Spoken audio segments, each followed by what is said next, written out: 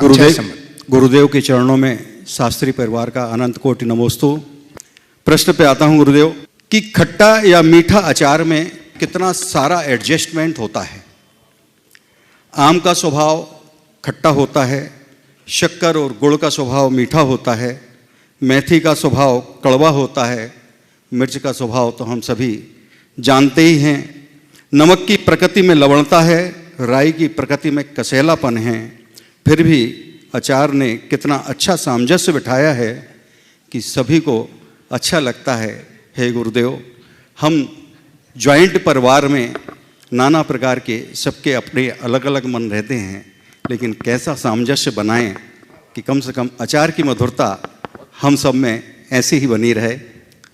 अब आज जो आपने बात उपस्थित की अचार की, बहुत अच्छी बात की कि आम की खटाई और शक्कर की मिठास, उसमें नमक है, मिर्च है, राई है और मेथी है, सब मिलकर के मधुरता देते हैं।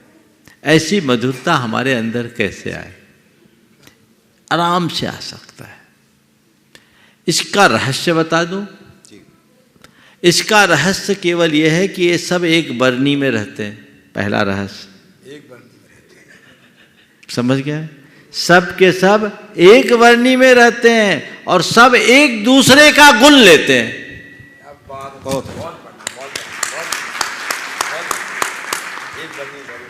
बस एक घर में रहो, एक झंडे के नीचे रहो, एक बरनी में रहो और एक दूसरे का गुण ग्रहण करने लगो, तुम्हारे यहां भी अचार की मिठास आएगी।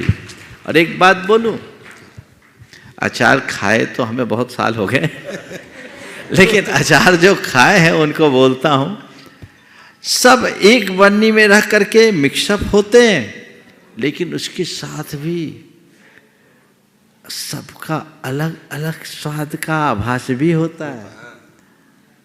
आम की खटाई का, शक्कर की मिठाई का, मेथी के कड़वेपन का और मिर्च के तीखेपन का, नमक के नमकीनपन का भी आभास हो जाता है। होता है कि नहीं? होता है। तो यही है समष्टि में भी एकता बनाए रखना। अगर हम एक दूसरे के गुण को ग्रहण करने का भाव रखें, एक दूसरे के साथ रहने और साथ निभाने की वृत्ति अपनाएं, वे एक साथ रहते हैं और साथ निभाते हैं। अगर आम कहे नहीं मैं तो खट्टा हूं, खट्टा ही रहूंगा, शक्कर कहे नहीं मैं मीठी हूं, मैं मुझे मीठी ही रहना है, मेथी कहे मेरा स्वभाव जो है मैं नहीं छोड़ूंगा, मैं जैसी हूं वैसी रहूंगे, और मिर्च लप लपा ले कि ज्यादा मत बोलो मैं तीखी हूं, तीखी ही रहूंगी, और नमक कहे देखो मैं अपनी मौजूदगी हटा नहीं सकता, मैं अपने ही स्वरूप में रहूंगा, तो अचार नहीं बनेगा। बनेगा क्या? नहीं बनेगा। कब बनेगा अचार? जब सब एक दूसरे के साथ रहकर एक दूसरे का साथ निभाने के लिए संकल्पित होते हैं।